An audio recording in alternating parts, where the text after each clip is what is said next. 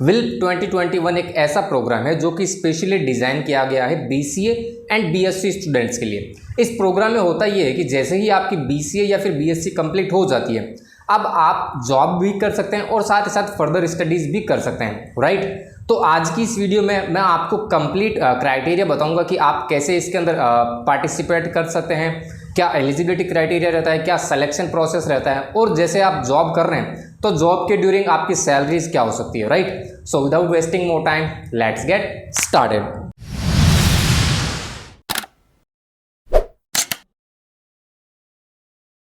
BCA की इस road map series के अंदर मैंने पहली वीडियोस में आपको बताया था कि कैसे आप 12th के बाद बीसीए में एंटर हो सकते हैं, और उसके बाद नेक्स्ट वीडियो में देखा था कि बीसीए के बाद जो करियर ऑप्शंस होते हैं उनको मैंने आपको डिटेल में एक्सप्लेन किया था, राइट। तो अगर इनकेस आपने वो वीडियोस अभी तक नहीं देखी तो आप वो वीडियोस भी देख सकते हैं। आज की इस वीडियो में बात करेंगे इनकेस आपको बीसीए के बाद जॉब भी करना है और साथ ही साथ अपनी फर्दर स्टडीज़ को कंटिन्यू भी करना है, तो वो आप कैसे कर सकते हैं, ठीक है।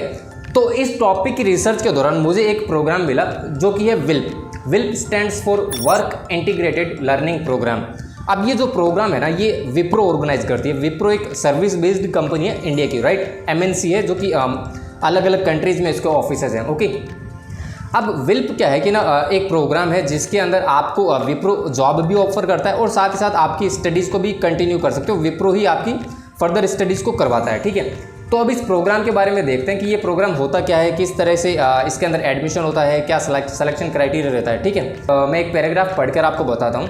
Work integrated learning program is a unique learning integrated program which offers BCA and BSc students a chance to build a remarkable career at Wipro while pursuing their higher education in MTech from a premier educational institute in India sponsored by Wipro, okay। तो basically आपको MTech के अंदर admission करवाया जाएगा, आपकी MTech हो जाएगी just after your BTech, और ड्यूरिंग दिस टेन्योर आपकी जॉब भी चलती रहेगी विप्रो के अंदर, ओके।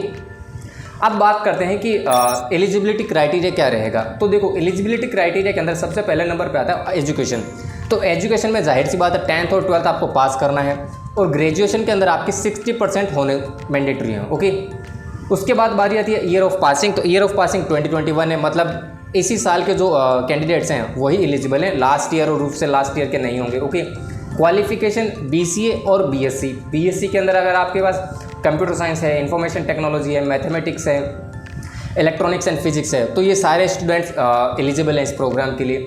उसके बाद अदर क्राइटेरियाज भी काफ़ी हैं, उसमें से मैं कुछ जो इंपॉर्टेंट हैं वो आपके साथ शेयर कर देता हूँ। सबसे नंबर 1 पर है mandatory to have studied core mathematics as core subject in graduation. मतलब बीसीए और बीएससी के दौरान आपको मैथमेटिक्स पढ़ना ज़रूरी है, जो कि जनरली हर यूनिवर्सिटी करवाती है, मतलब हर यूनिवर्सिटी के सिलेबस में होता है mathematics. Business maths and applied maths will not be considered as a core mathematics. तो जो बिजनेस मैथ्स और अप्लाइड मैथ्स होती है वो इस क्राइटेरिया के अंदर नहीं आएगी, okay. No gaps are allowed in graduation. Graduation should be completed within 3 years। मतलब जो ग्रेजुएशन है आपकी बीसीए और बीएससी वो कंटिन्यूस 3 साल के अंदर कंप्लीट होनी चाहिए। ऐसा नहीं कि आपने 1 साल का ब्रेक लेके कंप्लीट कर रहे हो, या फिर कल को कोई बैक वगैरह लगी तो भी आपके 4 साल के अंदर हो रही है, तो वो स्टूडेंट्स एलिजिबल नहीं होंगे। Education should be on regular mode, okay, in 10th 12th and graduation. मतलब ये कि आपके जो ग्रेजुएशन है वो regular student as a regular student होनी चाहिए, ओके। इनकेस अगर आपने प्राइवेट किया है 10th 12th या फिर ग्रेजुएशन को, तो आप एलिजिबल नहीं है। तो ये तो बेसिक क्राइटेरिया हो गया। उसके बाद बात करते हैं स्टाइफंड के बारे में, ठीक है। मतलब जब आप जॉब करेंगे वहाँ पर तो आपको सैलरी कितनी मिलेगी, ठीक है। तो देखो, सैलरी पीरियड यहाँ पे 4 साल का दिया हुआ है। बेसिकली जो आपका आगे मैं बताऊंगा कि एग्रीमेंट कितने टाइम का होगा। तो देखो, सबसे पहले बात आती है फर्स्ट ईयर के बारे में। मतलब जो पहले साल आपको सैलरी मिलेगी वो है 15,000 प्लस 488 ESI, ये आई गेस कुछ इंश्योरेंस का है। तो इन हैंड आपके पास मेरे ख्याल से 14,000 समथिंग रुपये आएंगे। सेकेंड ईयर में आपको सैलरी मिलेगी 17,000 प्लस 533 ESI, ये भी इंश्योरेंस का। तो इन सेकेंड ईयर के केस में भी आपको आई गेस 16,000 समथिंग कुछ हाथ में आएंगे। थर्ड ईयर में आपका स्टाइफंड रहेगा 19,000 प्लस 618, तो यहाँ पर भी आपको 18,000 समथिंग इन हैंड मिलेगा। फोर्थ ईयर के अंदर आपको जो सैलरी होगी वो होगी 23,000 रुपये पर मंथ, ओके। तो 4 साल तक ये एग्रीमेंट रहेगा, आगे का यहाँ पे दिया हुआ नहीं है। नेक्स्ट क्राइटेरिया है सर्विस एग्रीमेंट। अब देखो, सर्विस एग्रीमेंट में बोला है इन्होंने, on joining candidate would be required to sign a service agreement for 60 months। 60 months it means आपको 5 साल का बॉन्ड साइन करना पड़ेगा। विद विप्रो। ओके, मतलब ये कि आप 4 साल तक 5 साल तक कहीं नहीं जा सकते अगर आपने इस प्रोग्राम में पार्टिसिपेंट लिया है तो। ठीक है, अब बात करते हैं सिलेक्शन प्रोसेस के बारे में। ठीक है, तो सिलेक्शन प्रोसेस में यहाँ पर इन्होंने लिखा है every eligible candidate must go through below online assessment. Okay, तो बेसिकली यहाँ पर आपको कुछ असेसमेंट टेस्ट देने पड़ेंगे जो कि ऑनलाइन होंगे। सबसे नंबर 1 पर है ऑनलाइन असेसमेंट जो कि 80 मिनट का होगा। सेकंड नंबर पे है एप्टीट्यूड टेस्ट, वर्बल, एनालिटिकल, ये आपका 20 मिनट का होगा, 20 क्वेश्चन होंगे। फिर है रिटन कम्युनिकेशन टेस्ट, ये भी आपका 20 मिनट का होगा।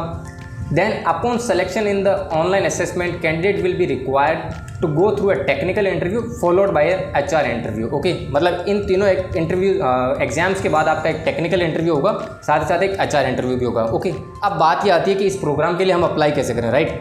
तो इसके लिए आपको सिंपली इस वेबसाइट पर जाना है, इसका लिंक मैं आपको नीचे डिस्क्रिप्शन में दे दूंगा, आप यहाँ पर विजिट कीजिए। ये सारी डिटेल जो मैंने आपको पढ़कर बताई हैं आप इसको अच्छे से पढ़िए। ठीक है, उसके बाद यहाँ पर नीचे आपको एक अप्लाई नाउ का बटन मिलेगा, इस पर सिंपली क्लिक कीजिए और आपको जो रजिस्ट्रेशन फॉर्म मिलेगा उसको फिल करके सबमिट कर दीजिए। ठीक है,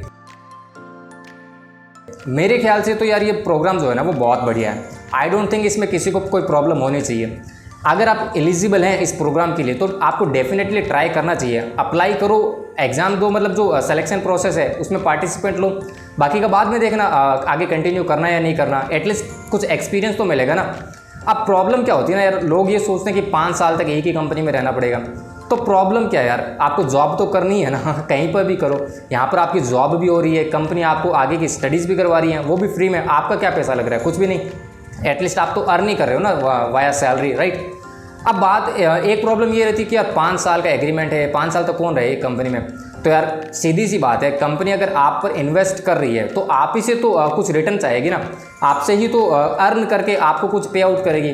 तो आई डोंट थिंक इसमें कोई प्रॉब्लम है, सभी जगह यही होता है, आप ही से लोग पैसा कमाते हैं फिर आप ही को कुछ पे आउट करते हैं, राइट। इसमें क्या बड़ी बात है। So that's it for this video. अब जाते जाते वीडियो को लाइक ज़रूर कर देना, और अगर किसी भी टाइप का कोई सवाल या फिर क्वेश्चन हो तो नीचे कमेंट सेक्शन में लिख सकते हो, मैं उसका रिप्लाई कर दूंगा, या फिर लिंक्डइन या फिर इंस्टाग्राम पर भी आ सकते हो, वहाँ पर तो मैं हमेशा एक्टिव रहता ही हूँ। ओके, तो चलो फिर मिलते हैं हम नेक्स्ट वीडियो में। Till then bye bye.